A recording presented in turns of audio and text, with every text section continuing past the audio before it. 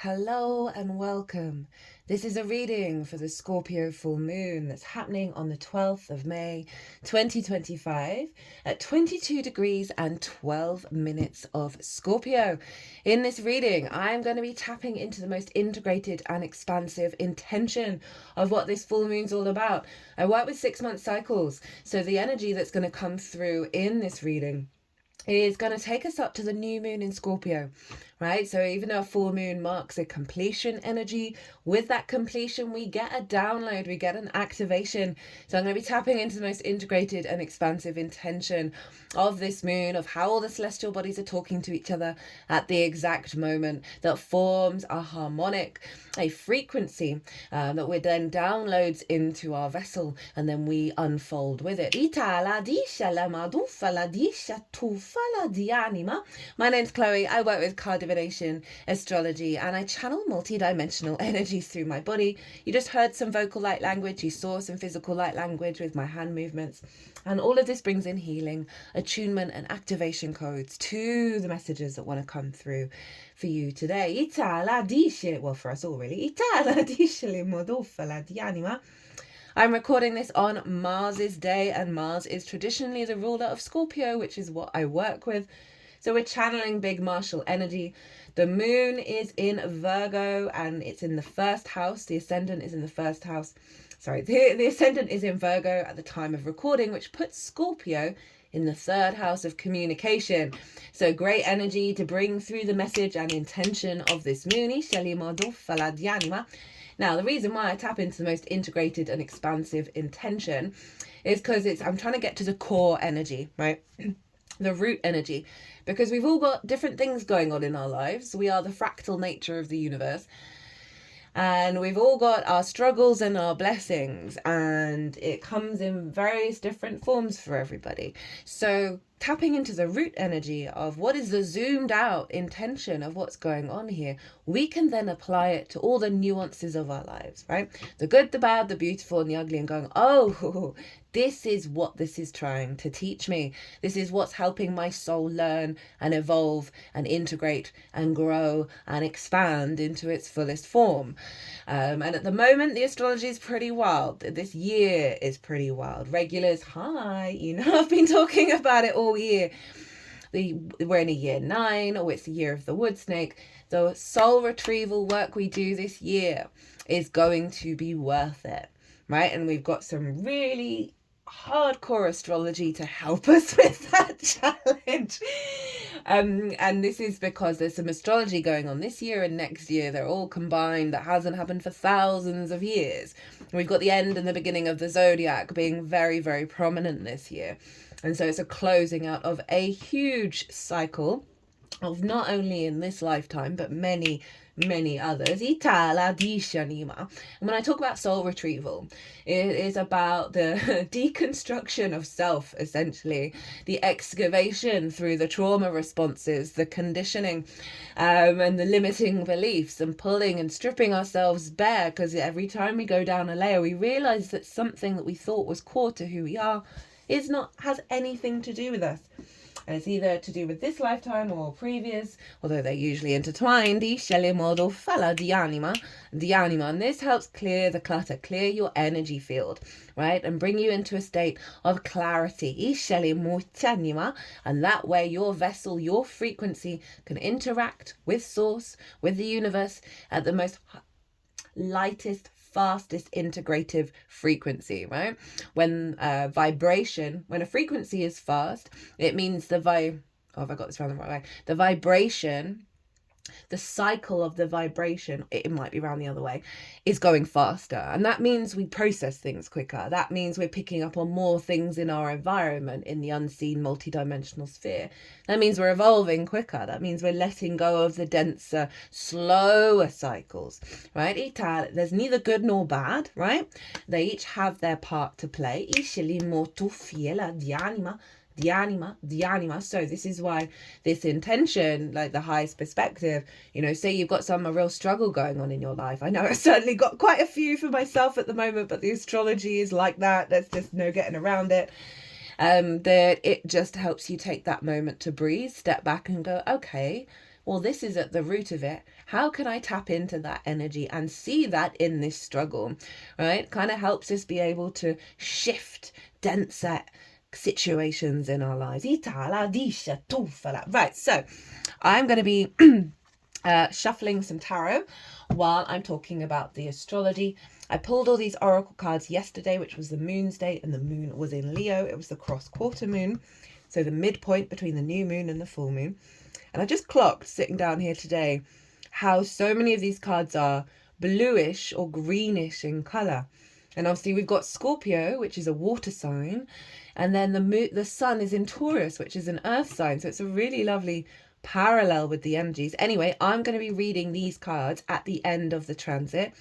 And so that's going to be after the All 12 Signs series, after this video. But I like to keep these cards on the table so this energy is like vibrating and permeating through the reading. I haven't read any of these cards. I've just briefly looked at the buzzwords and then forgotten all of them. But overall, it's really acknowledging over at this side the difficulties that we're going through and the power.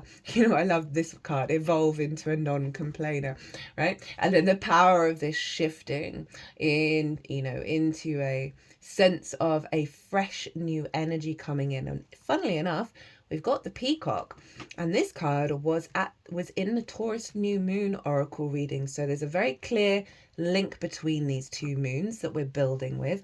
Speaking of which, now, for those of you who might have caught the Taurus new moon transit, the main channeled message that came through in that reading was that new moon was activating a blueprint. Now that felt stronger than the activation codes that come through with transits. That felt incredibly powerful. And not only that, I think I mentioned this in the oracle reading, but I didn't really expand fully on it. Well, the Pope died. And died, I think it was the second day after the sun had moved into Taurus. There's some amazing astrology with the timing of the Pope's death, where the midheaven was conjunct Pluto and the moon, and the ascendant was conjunct Uranus. So real liberation through passing Itala Dishania. But the thing is, as sure you all know, in the tarot, the major arcana for Taurus is the Hierophant. And the Hierophant is another word for Pope, right? And what the Pope represents.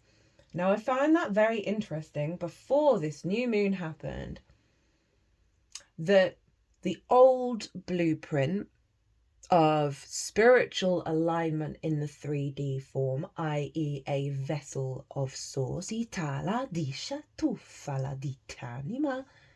passed away. And we all know the difficulties that book religion have. I mean, it's more society, really. The dogma, the hierarchy, the distortions that come from shame that lead to not very nice things happening, and how a lot of book religions cultivate that because they're very restrictive in their dogma. And so I found that really fascinating, that the old blueprint left just before the new moon. Because one of the major messages I get a lot, and it might be because I've got Aries in the 9th house, we are not here to conform and take as read, i.e. don't question and believe and act on everything someone else tells us to do who we look up to, right? A teacher.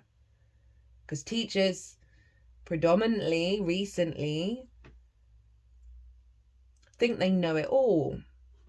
There are people in positions of power who think they know it all. Nobody knows everything. What we're doing now, what we're unfolding now, is honouring of your own autonomy, each individual's intuition and instincts on how they connect to source, not being told what to do, right? Not saying that there is an intermediary that is the only way through. Shitinium. Did I say that I channel multi-dimensional energies? I've had to do this introduction quite a few times. There's an energy of... There's a heaviness. There's a heaviness that this moon is clearing out. A grief. A deep grief. 5 of Cups happens to be Mars in Scorpio.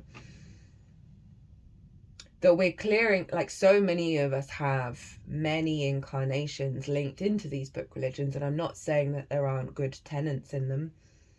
There are. You know, it's quite fascinating how similar they all are in their own way. But there's a lot of junk.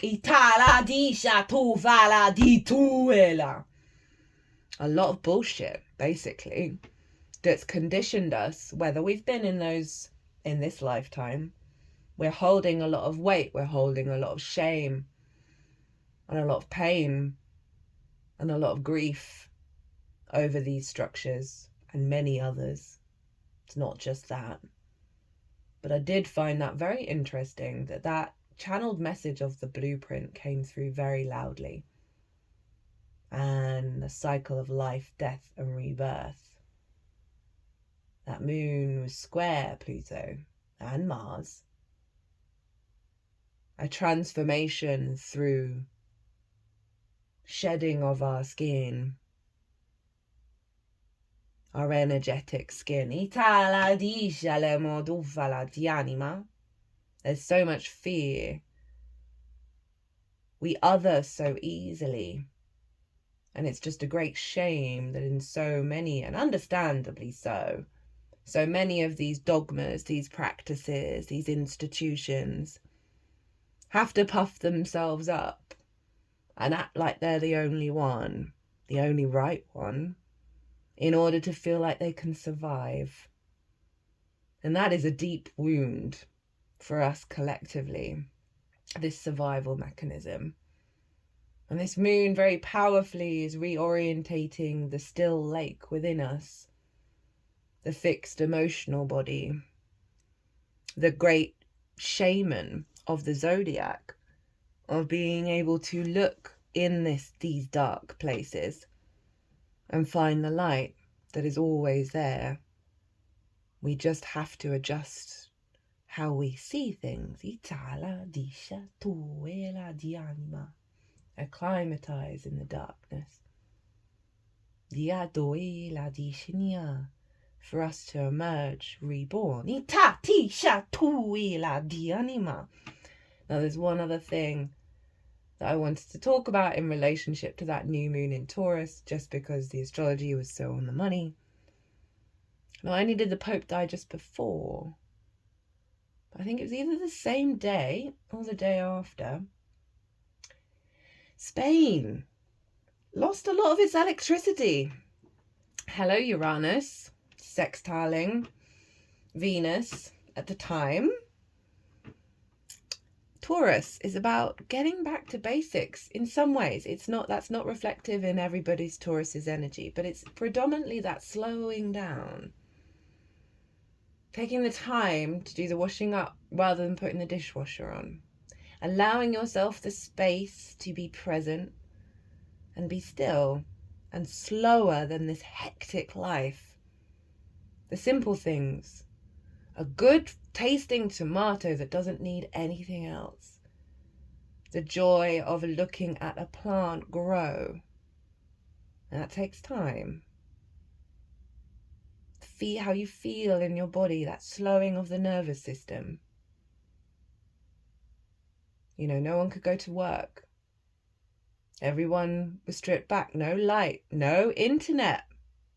Got to talk to each other. Got to sit in silence.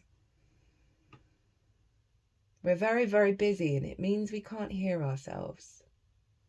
Our true self and the true self of others. We can't pick up on social cues because we're overstimulated. We can't see the subtle nuances because everything is being spoon-fed to us. We're missing out on so many layers of reality. I stayed at a friend's who lives in near a mountain in Slovenia. And the first day I got there, the electricity went out. And we could only get electricity in the kitchen. So there was no internet. And we were using a big stove to cook. Everything slowed down. Slowed down. Even more so than being near a mountain in the middle of nowhere. And my nervous system felt so happy. And I felt so much information and wisdom come through that slowing down. So I thought it was quite funny that Uranus in Taurus, sextiling Venus in her exaltation in Pisces, and I think it was a weather thing, right? A water weather thing that fried the electricity. I mean, I know there's people out there who are saying it's all planned. It's all part of the other great reset. But it's funny how that might be the case, but it's just funny how astrology is always parallel with these things. That we are so inspired. Our environment is so influenced by it. It is a wonder. And it's trying to get us to give ourselves the space and the grace to be present and listen. Itala discele modufala di anima. Eat anima. Right. Oh no. No, that was 16:16 on the clock when I saw that. How long has that been there? Right, I'm gonna have to pause and get an elastic band. The absolute irony of that screen, the back of my phone screen, hiding everything from view. As I'm saying, like, the intention is for us to slow down, stop distracting ourselves, stop watching things. As I'm talking to you while you're watching a thing, it's just too funny. You gotta laugh. Right. What else did I want to talk about? Do I want to bring this in now? We'll see if it comes up and I'll maybe bring it in at the end. I've got another fun topic, and that is war. Maybe I'll do this now. Okay. So, Scorpio, traditionally ruled by Mars, which is what I work with because that's how I see it show up in the astrology, in reality. I also feel that the outer planets are kind of trickster energies and they don't want to really be beholden to any sign.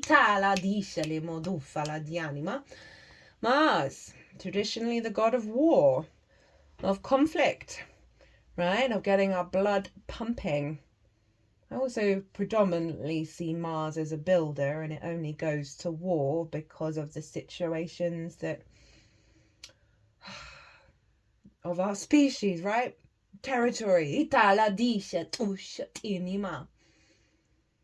spoken to a fair amount of, I didn't plug the stars in, a fair amount of men recently, well, over the last 6 months, and they're all worried. They're all worried about having to go to war. All from different walks of life, different ideologies, different agendas, different ways of looking at things. And there's this underlying prep work, psychological prep work, it seems like they are having to go through. And I completely understand. It's one of the biggest wounds of the masculine, is defending through attack, not always, but predominantly, their livelihood, their lives. And how intense that must be. And I know it's happening all over the world. And I know war is always happening all over the world. And this area of the world hasn't really had that for a little while. It feels a space that was safe. And it's not. So it's this psychological... paranoia is too strong of a word, but Scorpio can often be paranoid. It is Mars. It is a yin sign. It is a fixed water sign. Rigid, intense, stubborn, defensive, preparing for the worst. That's paranoia. The worst, the worst, the worst. And the fear and the grief of that potential reality is permeating throughout the world. The instability. Is your fort prepared? Is your battlements ready? Are you training your troops for your vessel to be safe and protected? Are we falling into fear and worry and grief too quickly? This full moon is helping us recalibrate our defense mechanisms.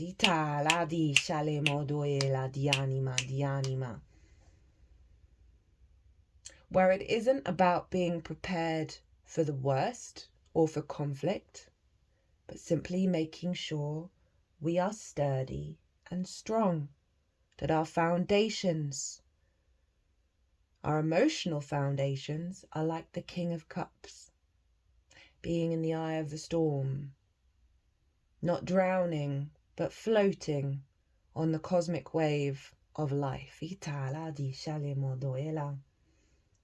may have noticed in the lead up to this moon,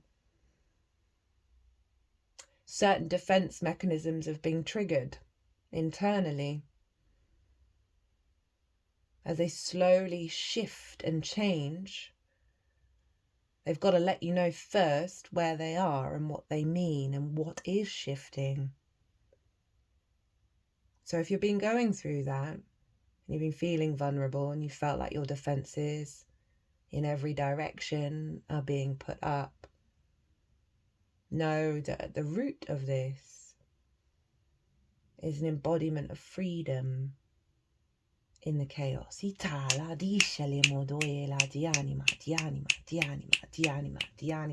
Right, let's get into the astrology. That was all very serious. Interesting. I always find it interesting what tone comes through while I'm speaking. They're really wanting me to be serious. I'm trying to lighten it up a little bit now. Right, that was a bit heavy. But it's this, I talked about the masculine energy that is a deep wound of having to go and lose their lives, right? The feminine energy have suffered other things. Our species have suffered. And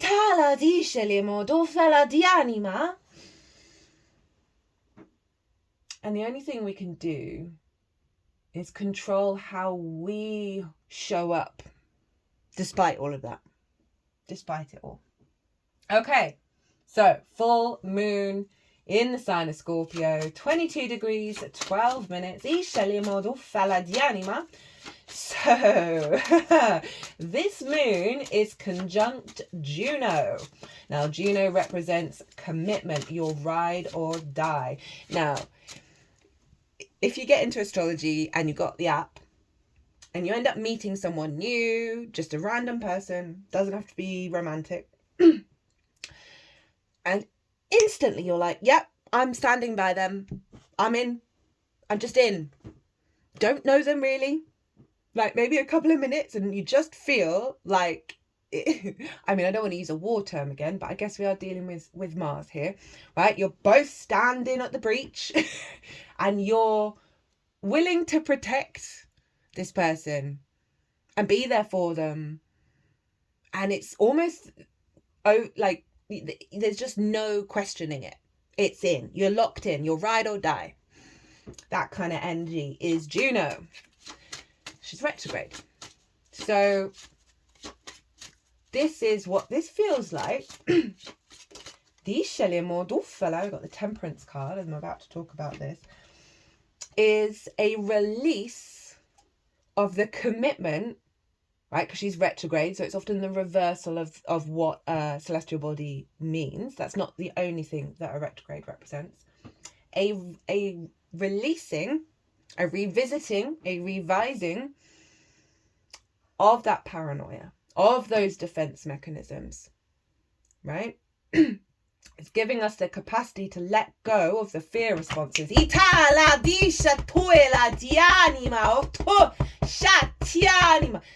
I do apologise. I think I mentioned at the beginning, as I said, that I channel multidimensional energies through light language, both vocal and physical, is likely to be quite powerful in this reading because we're dealing with Mars. So bear that in mind. It's hard for me to ever tone it down. Right, so a redirection of our commitment with that Scorpio energy, that intensity, that passion, that loyalty of Scorpio, of standing strong in the darkness, knowing your light body is unavoidable. It is never dark, it's never always just light. There is the yin and the yang. And the awareness of that blending, speaking of blending, forgot about this card. And interestingly, this is Sagittarius that follows Scorpio, which is without Scorpio, Sagittarius can't bring the light out and take it out on the road and tell everybody about it, right? So I love how it's bringing this in, of a letting go of the fear responses in our emotional body, in our fixed emotional body, our commitment to them, right? A releasing of those wounds, of how our needs have been met because of them, because we've been in survival mode. Those things are actually fundamentally quite practical if we want to survive, if we want to live, right? But we're really shifting, the consciousness is shifting at such an insane rate. And we're playing catch up.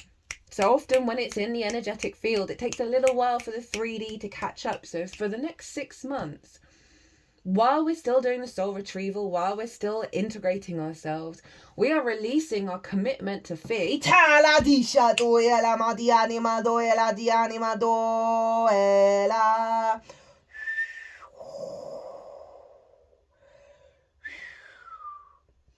And the Temperance card is about the alchemization process. It's not a rush card. It's saying, hey, we are taking our time to integrate and refine, temper the parts of ourselves to the angelic frequency and bringing it here on the planet, right?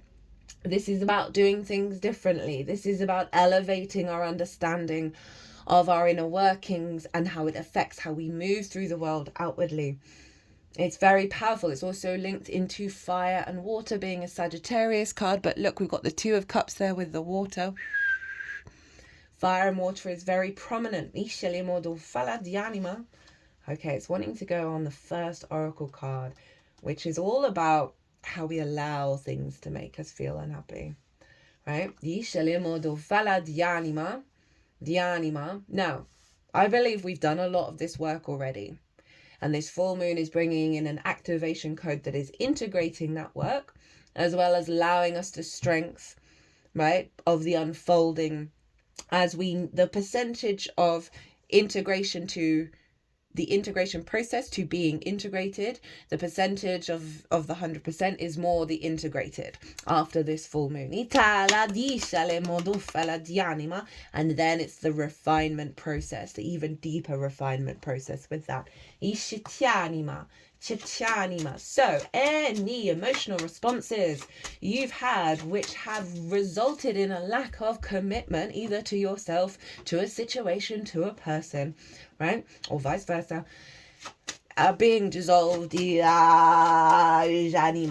Right, our emotional body is no longer going to be seeking out things that do not represent commitment, however that feels for you, whatever is important for you, that is your level of, this is the hill I'm going to die on, right? I just heard, please don't die on any hills. So that's what's going on with the moon. Very powerful stuff with Juno. She's going to go direct on the 11th. Is it July or June? Look that up the other day. On 11th of July. So 2 months after this, Juno's going to go direct. So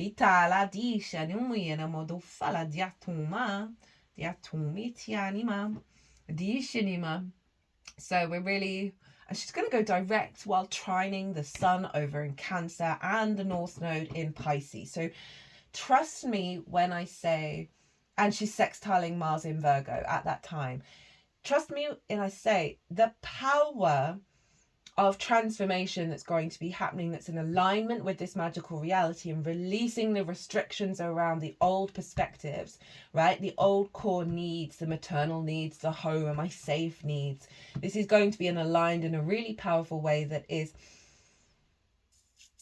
fully connecting to the... It's happening on a Friday as well, which is Venus's day, which I'm here for. It's helping us. Why am I struggling with the words here? Maybe because they're not meant to fully come out yet. Essentially, it's worth the wait. It's worth the wait of what's happening with this full moon, and then the boost we'll get when Juno goes direct on the 11th of July in alignment with Pisces, Cancer and Virgo. There's other stuff going on as well. Right, so Mars, the ruler, is making harmonious aspects with Jupiter, facilitating what we've been working through and what we're now, our deeper connection to our commitment to this Scorpionic energy, to this power up, to this deep wisdom, this deep void creation energy, this passion, right? This determination that Scorpio can have, this transformative frequency around what we commit to in our own existence, outside of fear and more in alignment with love. So, Juno's conjunct the moon, Uranus is conjunct the sun. It didn't surprise me at all that the crystal card that came out said, I can give you freedom. Uranus is the great liberator, the breaker of chains, right? The path clearer. It is maverick in its energy, it's future thinking, outside of the box. I know we're probably tired of that phrase, but it's very appropriate for Aquarius, Uranus. We got the 10 of Wands in reverse and the 3 of Swords in reverse as I'm talking about Uranus conjunct the Sun. These are pretty hardcore cards. I'm glad they're in reverse, right? A release of the burden of existence, the weight of not being able to enjoy the journey, not being able to enjoy the beautiful day, right? 3 of Swords in reverse. This is a releasing of the heart, the ideas, the perspectives, the frequencies that are blocking our heart from truly manifesting Itala at its truest desires. So Uranus conjunct the Sun, right? Visions of liberation, visions of freedom, of heaven on earth in the physical form, in your physical vessel. The desire to fix this energy as we release the fear. As I said, Uranus is very future thinking, very galactic in its nature. It has the vast capacity to shake up our entire lives in order to get us in alignment with our path. I had a really powerful Uranus transit. When was it? 2018. Started off 2018. My whole life blew up. Work, partner, where I was living. Everything imploded all at once. My mental health, I had a bit of a breakdown. I've had quite a few of them over my life. I think it's quite normal. When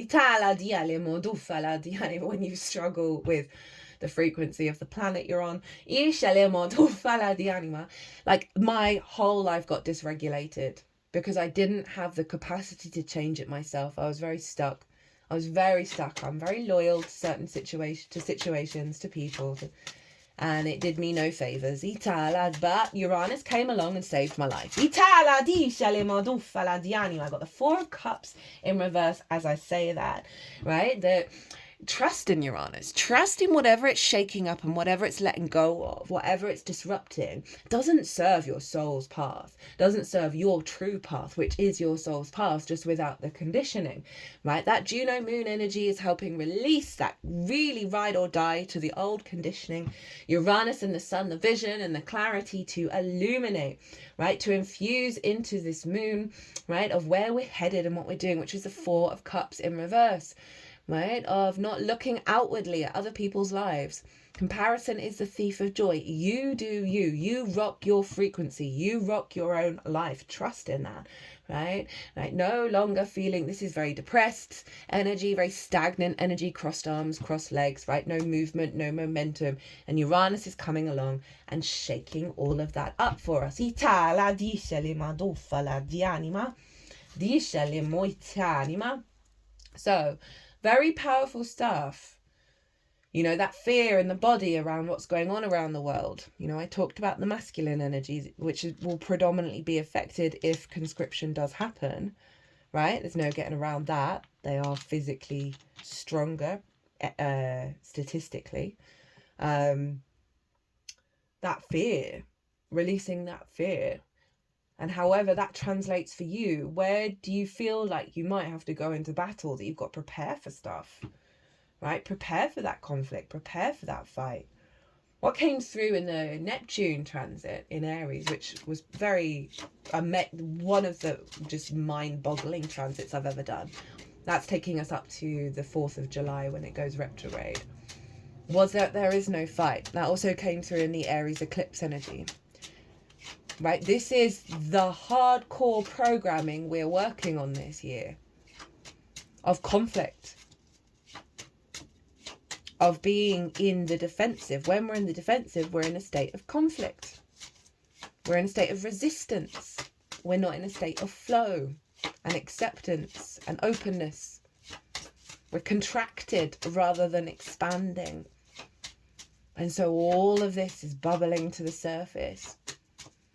All the times you may be having situations that are not quite the same as past situations where you felt that you've had to do battle. You may be noticing that your response mechanism, your trauma response mechanism is kicking in very quickly at the moment to think it's the same as it was before. Allow those emotions to move through you. Be loving and kind to yourself. Don't suppress it, but just be mindful. Mindful of how you're responding and whether it's truly you or not. I find the two best things I'm finding at the moment in terms of navigating this astrology, where you may be getting frustration and going in a little wormhole in your brain. Pause. Go and get on with your day. Go do something. That's so funny. That's so funny. That is too funny. Okay, so at the split, when I got that 4 of Cups, was the 6 of Cups, which has just come out with the 8 of Swords in reverse, 9 of Wands in reverse, the Death card, and the 6 of Cups, right? So this Death card is activating the process of releasing these in the reverse, i.e. they're not there anymore. So the Death card is activating our cycle of releasing limiting beliefs, this is very apropos, the Mars Scorpionic energy, because this figure is always on the defensive. They're always prepared for whatever's coming towards them, which so often has been conflict. They're battered, they're worn out, they're exhausted. This is all in reverse, and this is the Scorpio card, right? Of releasing those. We're going to be releasing all of that.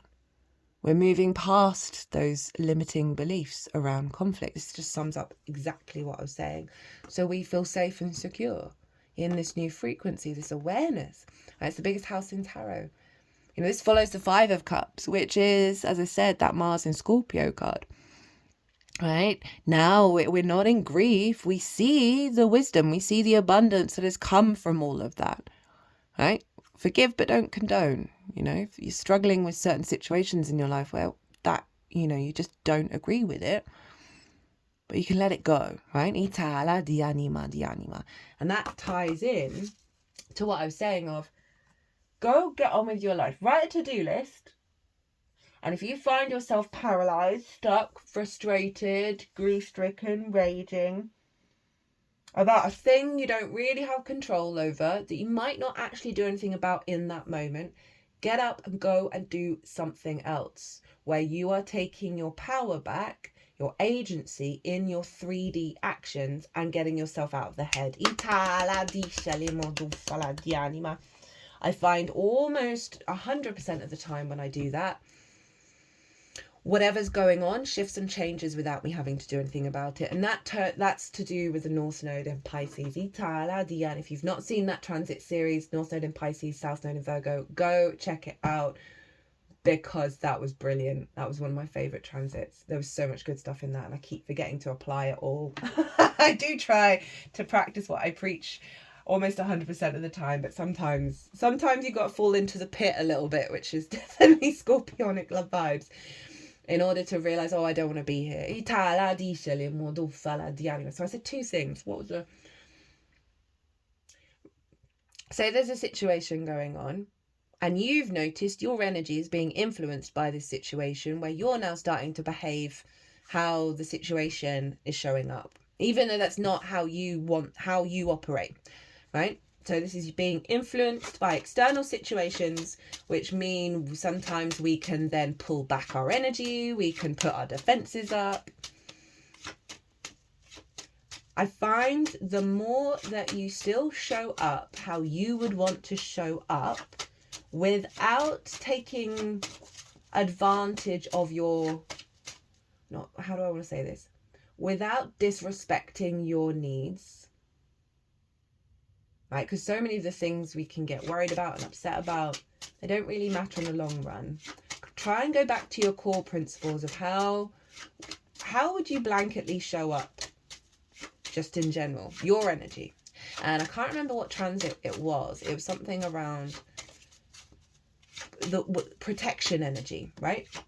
Doing protection work. And it wasn't really about protecting from the outside world. It was more a containment shield, so you can see what your energy is at it in its truest form, when it's unencumbered by external circumstances that may trigger certain response mechanisms in you that aren't really yours. They've just calcified because certain trauma situations have kept showing up, and therefore we expect it to be how it's always going to be. I find it is incredibly powerful that even in those sort of trauma response situations, where there is understandably a lot of grief and a lot of pain, a lot of reason why those defense mechanisms are going up, why you're protecting yourself, to take a deep breath and then show up how you would show if you weren't being triggered. And this isn't denying the trigger. It's not that we never suppress the emotional body, but come to realize that we are multi-layered in how we truly feel. Emotions are transitory, as is everything in life, right? The most constant thing is change, and therefore it's inherently fixed in nature, even though it's a mutable energy. But my point is, it's very powerful when you make a solid, empowered, authentic choice to still show up fully in the way that you would do, without holding on to the baggage of all the previous situations. I have noticed those two practices really shift the energy very powerfully.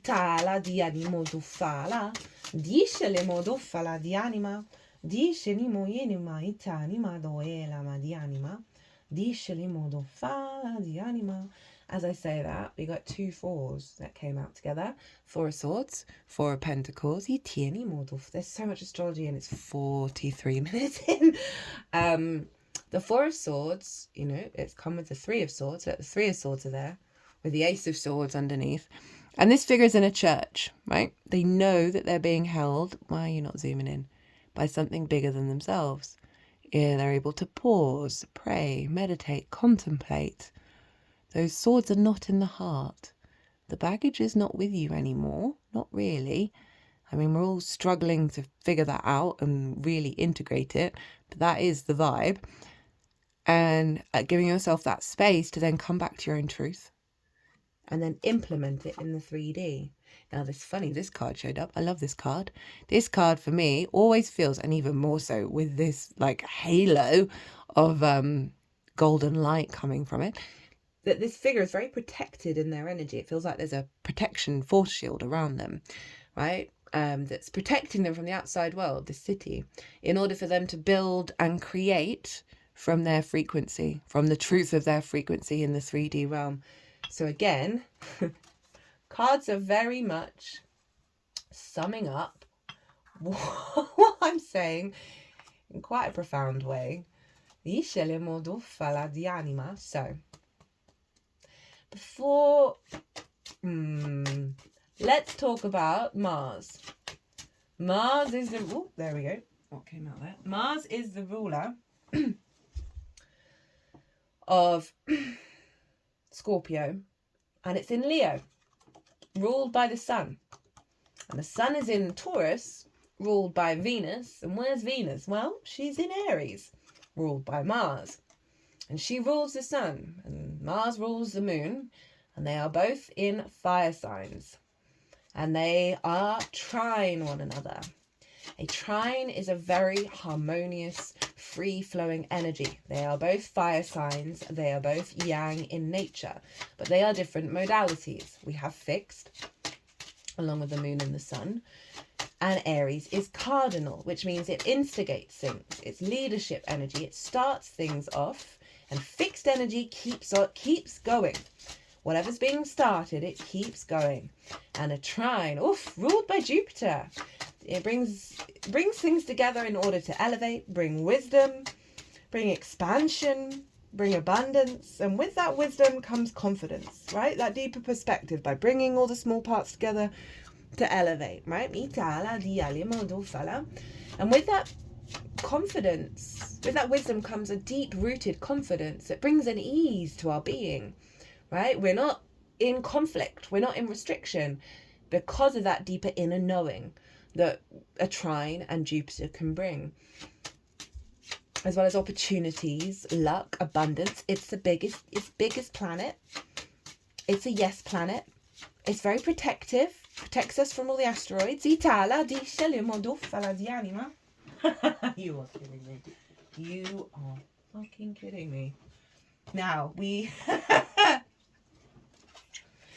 as I'm talking about the trine, which is ruled by Jupiter, working with two planets in fire signs.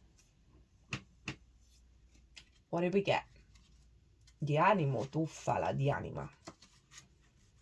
We got the Wheel of Fortune, Jupiter's card. The Knight of Wands, Sagittarius, ruled by Jupiter. Six of Wands, Jupiter in Leo. Itala di shatialimo doshalima dianima dianima dianima ushanima. This spread is blowing my mind. I don't remember the last time this has happened. I'm sorry. I know I've been talking for ages, but the words,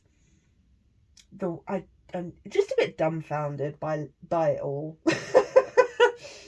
Okay, so Mars and Venus in fire signs working together, right? The feminine and the masculine, the action, our motivation, our drive, the yin or the yang, the night or the day, however you want to phrase it. Just think of magnets, right? Magnetism even. Itala di anima rather than gender. Itala disha tufala di anima. Mars, our motivation, our drive, and our action. What gets us up and going. Our passion. Venus, how we connect.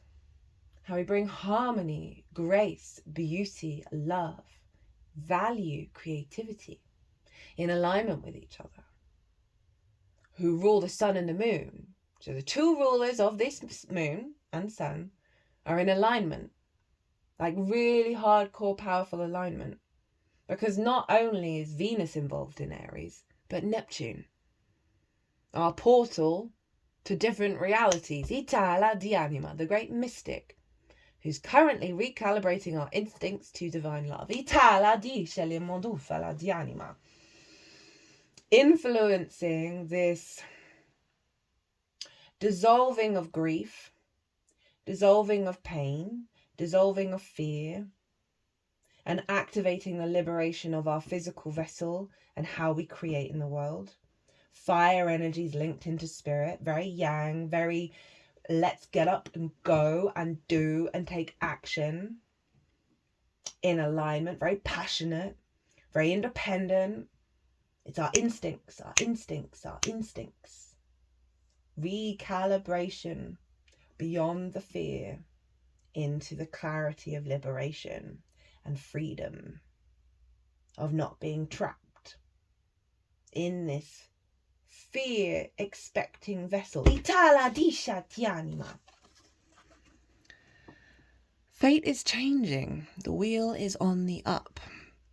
We are embarking on a new adventure. The capacity to roam and be free and not expect danger around every corner, but be wise and prepared for any situation, but not operate as we move through the world from a place of fear.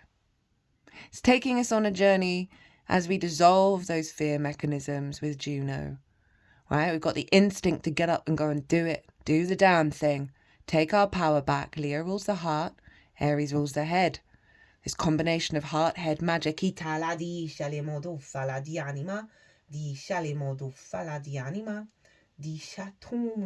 soothing the conflict within our physical vessel. Right? This figure just knew they had to go and do a thing. And they went and did it for themselves because they knew they had to do it. And was victorious. Look at that victory. It's very hard to pick up on some of the smaller details of these cards, but I do love them. And also there's a real sense of satisfaction with this card. Jupiter in Leo. I did it. Abundant nature of the heart, of the courage that we have to transform when we follow our instincts. When we follow our instincts that have attuned to the wheel turning upright. And interestingly enough, this has got all the fixed signs in it. Now, I haven't even got over to Pallas Athena over in Aquarius, which is actually forming a T-square. Right, so Mars and Venus are getting us to understand and connect. Just cut the deck and got the Hierophant. Taurus are helping us just instinctively be in divine alignment. One of the things I've been practicing, because I'm aware of a lot of the drama and a lot of the frustration of this year, is in a divine alignment, even when it doesn't feel like it, because we're quite impatient and we kind of want it all to be nice now, right?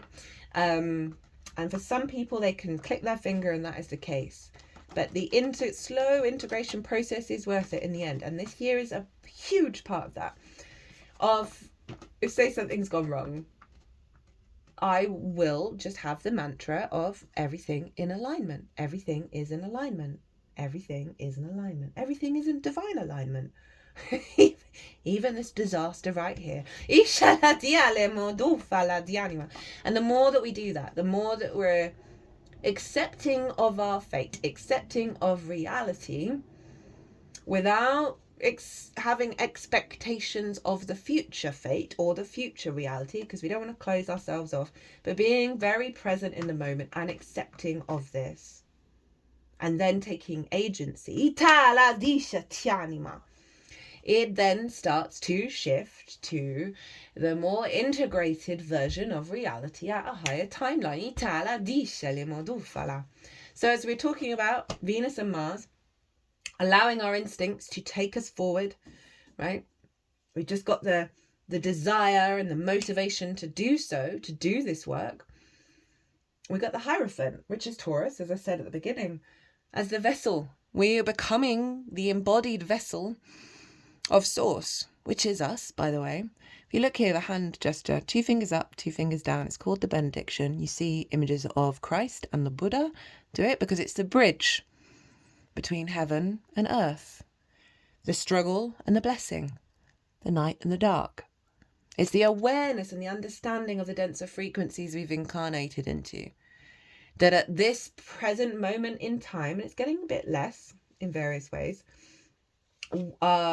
because the earth is being bombarded by higher frequencies. The geobiologist Rory Duff a couple of years back talked about how there is a wave that comes from the center of the solar system. I think it's gamma waves and something else. And it happens to come and hit Earth every 12,000 years. And he believed that wave hit us at the end of last year. But obviously there's flexibility with that. That is leading to the upgrade of our consciousness, right? If you think about the precession of the equinox, where it's going backwards around the sky, and that happens every 24,000 years, so 12,000 plus 12,000. The yugas often have these numbers as well. These numbers are everywhere, right? That we are going through a radical shift in consciousness that is honoring the past cycles of the denser frequencies, right, of the 2 fingers down. And really help, like, through this process, and we signed up for this, we signed up to be here in this hardcore time, that we are shifting into this other frequency, which is why a lot of these transits have repeating messages, which is stuff's gonna get difficult, but you are going to be very quick to pick up the wisdom from it and move past it. And the Hierophant honors its spiritual journey, right? Its spiritual breakdowns, the dark nights of the soul, which I mentioned a bit earlier from my own experience, one of many. That it's about saying, okay, I'm in. That's what this Mars Venus energy feels. It's like, let's go, I'm here, I'm in, let's fucking roll. Sorry for the swearing. We're dealing with Scorpio and some Aries stuff, and that always tends to be when I swear in these videos.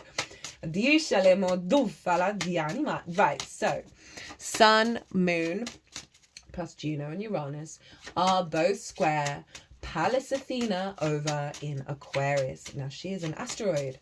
She's at 23 degrees of Aquarius, so it's almost exactly by degree. So this is forming a T-square, which I will talk about what that's all about. Now, Pallas Athena represents strategy, long-term thinking, wisdom, right? Not getting hot-headed, allowing yourself to zoom out. She is often got an owl with her, as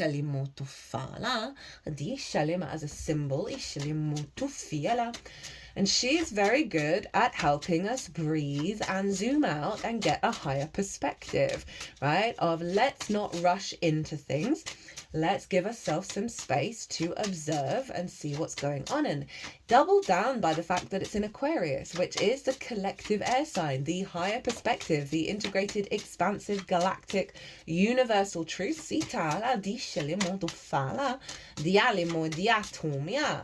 So she is really helping facilitate this liberation from fear, because it doesn't serve us in the long term. It is short-sighted.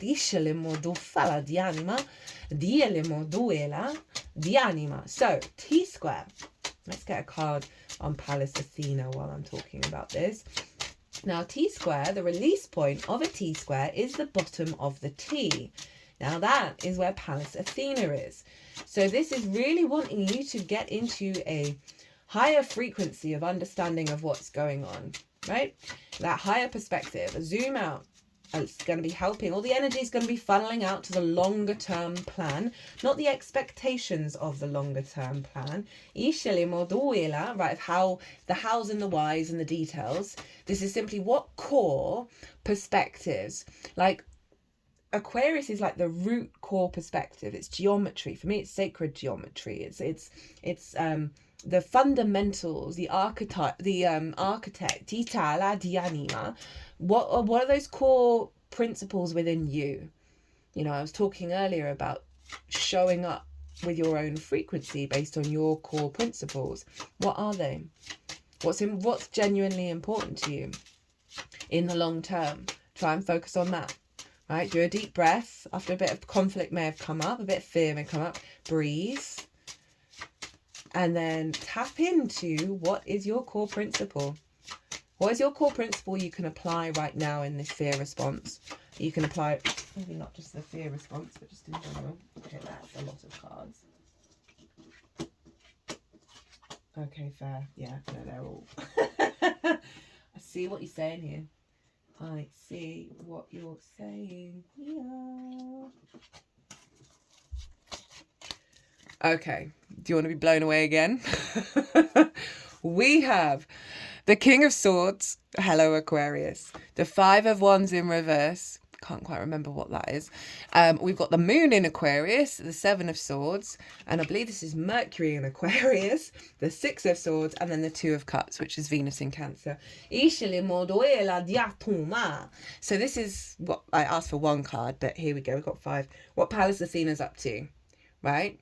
The clarity of those perspectives, right? If you're not quite sure what they are, maybe do a little meditation on them, really get a bit deeper within yourself, right? Really being very certain of what serves you in the long term and acting upon it, right? And that is not the conflict, that is not the drama of the Five of Wands, right? Of the frustration, the battle going on, right? It's in reverse. Seven of Swords is about, see this? It's carrying away the Five of Swords. It's the colour of the sun. This is a great card, right? Thinking differently, thinking beyond conflict, finding your inner balance. And with that understanding, this process of figuring out what is your truth, acting upon that from a place of non-conflict, this is guiding you into the new landscape of thriving with these core principles. So for those of you who aren't quite sure what they are, this is a training period, as well as the elevation of those principles that you already know and refining them even further. To the Two of Cups, right? Make love, not war. Right, there's two cards here representing the fives, right? With the Five of Swords here and the Five of Wands in here. It's leading to this. I mean, it's really doubling down on there is no fight. I mean, there is, but it's not the way through. Itala dianina. 1:10 on the clock as I say that. Itala dishatinima. Respect, honor, dignity, doing right by people, showing up, integrity, commitment, being open to give and receive, deep union within the self of the feminine, masculine and spirit through deep healing, and knowing that the only way is equality, the only way is reciprocity, and in all ways, respect, dignity. They're eye to eye. They're both open. Dianima.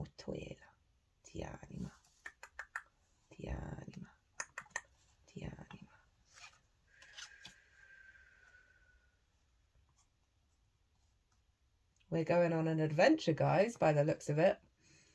For those of you who have anything around 22 degrees of Leo, you know, you can extend the orb as wide as you like. I tend to do 5 either side of a degree, but anything in Leo. But for those of you who do have things around the latter part of Leo, you are getting what's called a grand fixed cross with this moon. Right? And that can feel like you're being pulled in lots of different directions. And there can be conflict, there can be drama. All of this is sort of pushing you to get back to this. Right? Do we need to show up like with like? I.e. conflict, drama, complaining, all of the things. Do we need to match that? Or can we go our own way? Can we go beyond the Five of Swords of the bully victim cycle? So, anyone with stuff around the latter degrees of Leo, gonna get a grand fixed cross, which you can turn into a generator. You just got to be chill. You just got to realise lots of different parts of your life, wherever you've got the fixed signs, are going to be clamoring for your attention. Breathe. Get still. Give yourself some love, some tenderness, some kindness, some grace. And come back to those core principles. Because we're going to get tested. I don't feel like that's a bad way. 9 of Pentacles at the bottom of the deck. Holistic life. Beyond conflict. Making the right decisions that serve our work, our home, our friends, our family, ourselves. Opulence. Look at that. Abundance. Stable, grounded, all-encompassing. very independent. This is what we're able to create if we step out of conflict. It's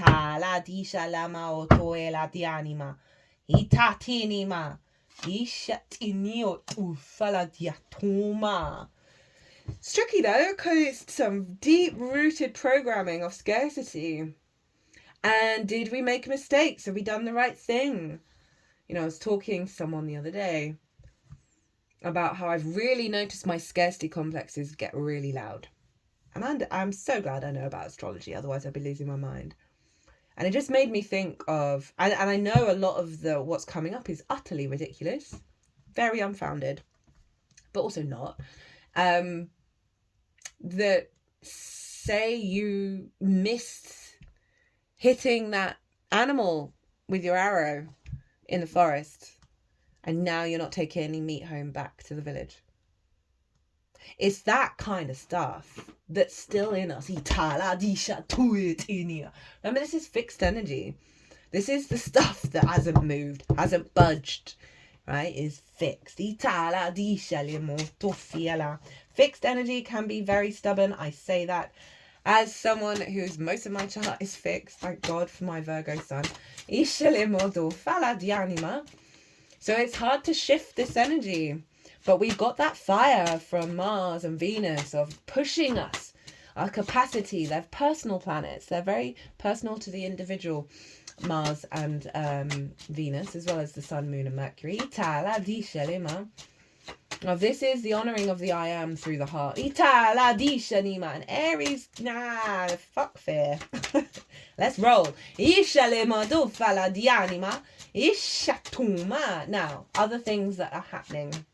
Mercury happens to be exactly squaring Pluto at the time. The whole chart's involved in this one. Mercury squaring Pluto, right? So big power shifts around how we understand and process reality. Pluto's gone retrograde, so it's a real inner recalibration of our power and our magnetism, right? Mercury in Taurus, releasing of the throat from power distortions, right? Itala di anima of our own truth in our physical vessel. Itala di modufala. Do we want to get a card on that? Yeah, we did. We just got the moon in reverse and the 7 of Cups wanted to come out. So this feels like a removal of the veil. Itala di moduela di anima di anima dia. Woo! Whoa, okay. That was them, not me. They're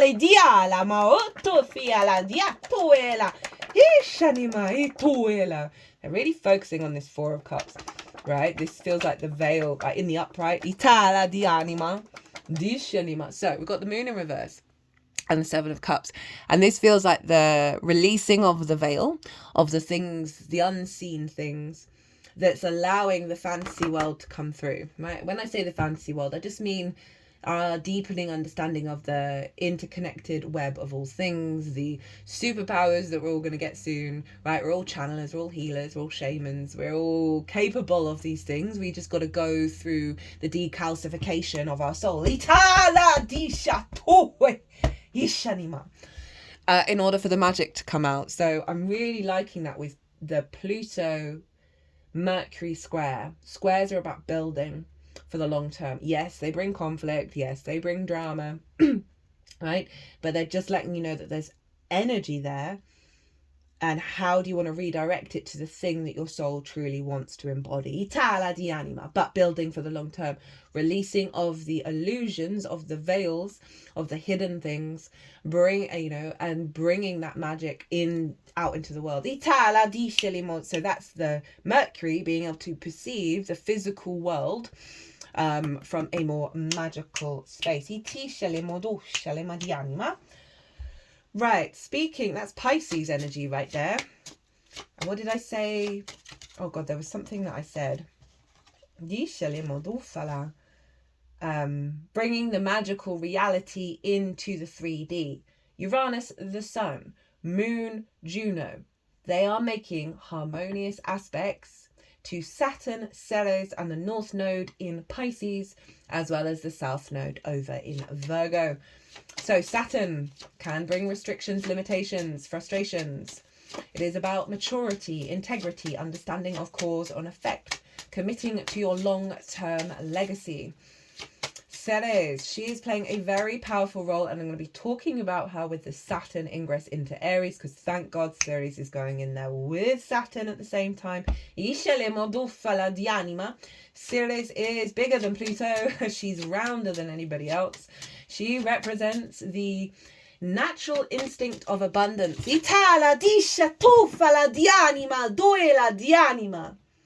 I was looking up the etymology randomly. Oh, I love etymology. Absolutely love it. Of sincerity. And it stems from Ceres, and i.e. the sincerity in which grain grows and creates the harvest, because she's linked into the great earth mother, the grain mother. Fertility, abundance, all of that. The natural instinct for the grain to grow and create abundance, and how that is within us. And that is imprinting with Saturn, creating structure in the magical reality of Pisces, with the North Node of us pushing into new territory around trusting in source, trusting in the expansion of the non-rational energy, the non-rational understanding. Speaking of Saturn, 8 of Cups, right? I think they want another one. So this is really facilitating the building of this, the magic, right? And it being real, not hidden. While we liberate our physical vessel, pull down the structures of our emotional body around fear, that we're no longer committed to that. So this energy is making either sextiles or trines to all of that, right? So harmonious, creative, inspirational, abundant, connecting. Think of the qualities of Venus and Jupiter, right? Venus rules the sextile, Jupiter rules the trine. These are yes planets. These are yes frequencies. Free-flowing, inspirational, big, lovely energy, big, lovely yin energy. And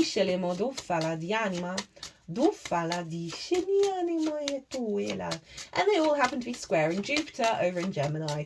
Lol, everyone is getting involved in this reading. So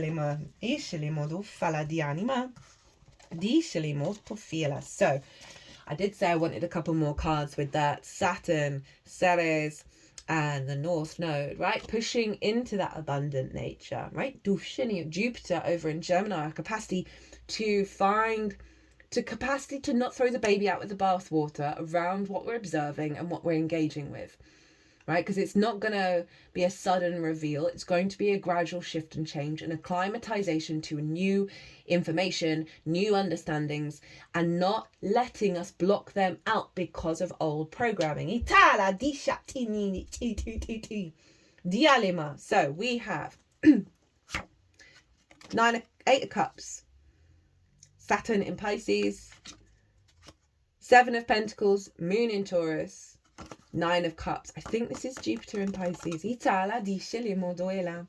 So, beautiful energy for what's come through. We have, the 8 of Cups for me is the biggest shaman card. And when I say shaman, I mean that capacity to go into darker spaces for not only your own sake, but for the sake of others, in order to transmute the energy, right? To go and do the difficult thing, right? Walk the path less traveled. The 8 of Cups, those 8 of Cups are in the upright. They represent unconscious responses that do not serve you, but feel comfortable because they've always been there. Do you know how hard it is to even observe them? Let alone the courage and the determination and the dedication to get up and get out of there and make those steps, put in those habits, those daily habits, each step every day away from those unconscious responses that do not serve you in order to get a higher perspective. The power of doing that, I take my hat off, I bow down to any of you who are even attempting it. It is powerful, powerful stuff. Moon in Taurus. We're building here. We're planting new seeds, new fertile energy, away from those old limiting beliefs, particularly around fear with this one. And we're tending to them. This is the process that we're going to go on. Trust it. Trust that this will all turn into fruit. It will all be worth it. But it does mean showing up every day. Sorry to say that. but it's the truth of it.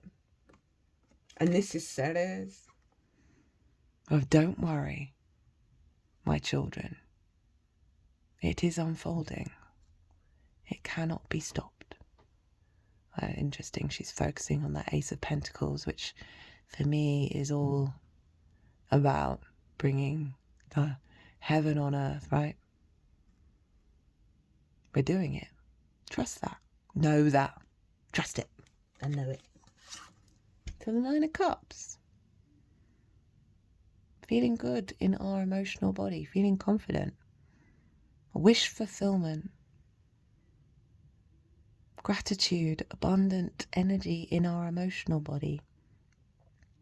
This isn't a card of fear for that Scorpio moon, which traditionally it's not her favourite place to be. But I find that she's very powerful when she's there. She helps us look at the things we've been hiding from. Itala disha tiani motuela.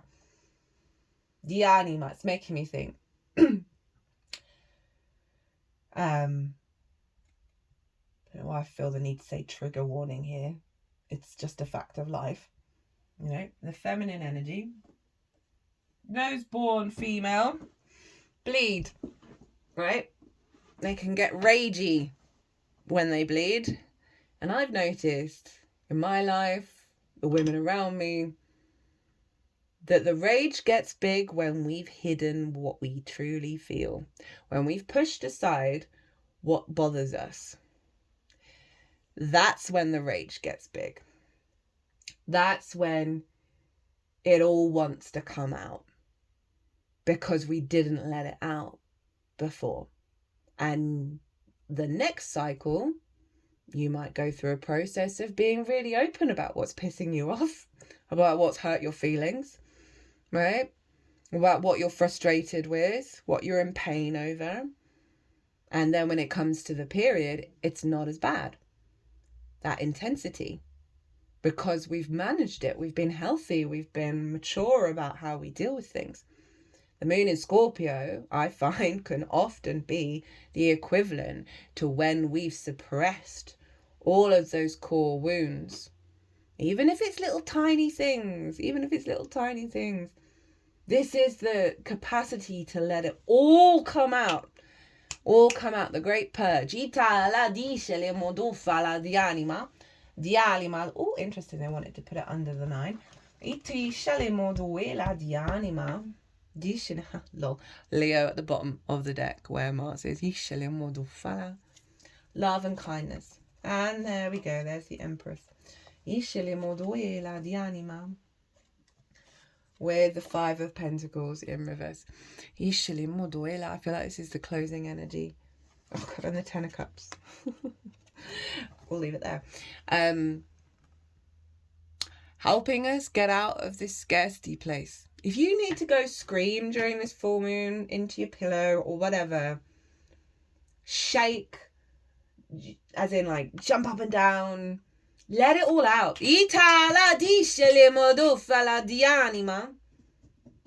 Because this is what's going on. This is the core of it. Fertility, abundance, feeling good in the 3D world. Integration of our instincts with our higher self, away from scarcity. Right, I'm just going to get a quick couple of very quick oracle cards. Oh, I forgot to talk about the finger of God. There's a yod or a yod, can't remember how it's exactly pronounced, between Jupiter and Chiron and the moon and Juno. Oh no, that's half the deck, that's just silly. Deep healing of wisdom. No, sorry, deep wound healing with the capacity to easily tap into wisdom and new ways of thinking beyond the wound. Chiron, Jupiter, wisdom, elevation, feeling a bit better about it, all feeding into this moon. Right? Relationship change with how we perceive things, happy ending. Itana modu fala di anima. We'll get one more from here. And then we'll get the other deck. Ishele moduela. So that finger is pointing at that moon and Juno to help let it go. Itala di shanima diale modu fala. It's got physical activity. I said go shake, right? Move the body. Sun is in Taurus. Move the body. Allow yourself to scream and yell and rage, make animal noises, whatever it is you want to do in some big full moon ritual. Harmony, bridges, joy. It's going to get it all out of the body.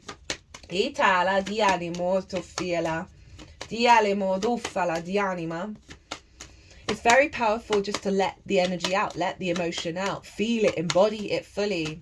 Not necessarily directed at another person. That's not always the nicest thing. Judgment, high Pluto, results, decision, outlook, finality, coming into better judgment because we're clearing out the density. Emotions, control of self. I talked about that King of Cups who didn't show up. And then I cut the deck and we got source, love and light. All of this is big shifting.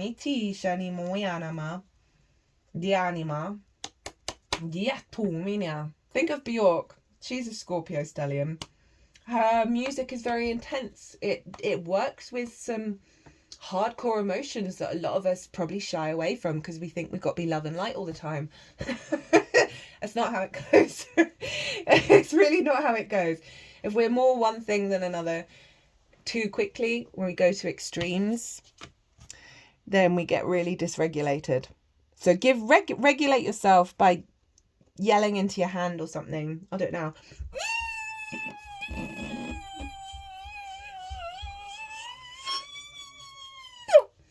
Yeah, something like that.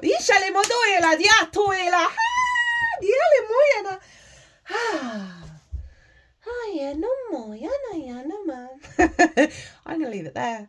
This has been a long one. I've enjoyed it. It's been intense. Not surprising. Is there anything else I wanted to say? Oh, it's on Monday. It's the moon's day. So she's got to be powerful. We're going to feel it. There's no getting around it. With that blueprint that new moon started, that was a new beginning. And through each stage of that blueprint building, it is doing like a defrag of your computer. You know, you have a defrag where there are loads of bits of data that are all over your computer that say you've deleted a program on it or you've moved files around. It leaves rubbish. It leaves junk all over your computer, which means the processing is clunky. It has to go hop skip all over all the junk. A defrag is where this app will go through your whole computer and get rid of all the bits that aren't connected to anything, that aren't there anymore, which then smooths the process. This feels like the defrag, activating of the blueprint, which means an awareness in the vessel of what is no longer connected to that new blueprint, right? I.e. fear. It's the way that we work with it predominantly on this planet. Fear has its place. Not shaming fear. It's just a wonderful tool to help us know that's what's not real. As difficult as that may be. We're clearing the pipelines, the flow of the energy from not needing to hop skip over the debris. That's bringing in, from what I remember of the oracle cards, and also, you know, the cards here today of 5 of Pentacles in reverse, Venus in the Strength card, full embodiment of our heart space and creation energy on the 3D world beyond scarcity. Tala di anima. And so we're bringing in something really powerful that it might take us a little while to adjust to and acclimatize to. But trust that it's happening. We can't avoid it. It's going on. You're not going to miss out. You can help amplify it. You can help utilize the energy and go even further. That's the whole point of astrology. Gives us an awareness to something so we don't feel like we're going mad. Well, my loves, It was an honour and a privilege to read for you and read for this moon. Oh yeah, it's happening on a Monday. I think that's pretty much everywhere around the world. It's happening here at 4 minutes to 5 in the afternoon. So that, I think that covers the whole planet. Whoo! Secrets are coming out. That's on a general thing. General global energy. Main stage energy, where some of the aspects that could be deemed a lot more tricky show up. Right. I'm going to leave it here. I've talked for a long time. I love you. Thank you so much for being here. Thank you so much for existing and doing what you can, when you can, in any way. You are loved no matter what. You don't have to achieve anything or do anything. That's up to you. And when you make that decision that it's on you and you want to do it, not because you think you will be loved and valued because of it, because you are already loved and valued, truly, madly, deeply. The power that comes behind that level of agency and self-love and self-respect is phenomenal. Be good to yourselves. Be good to those around you. Safe travels and be well until we meet again.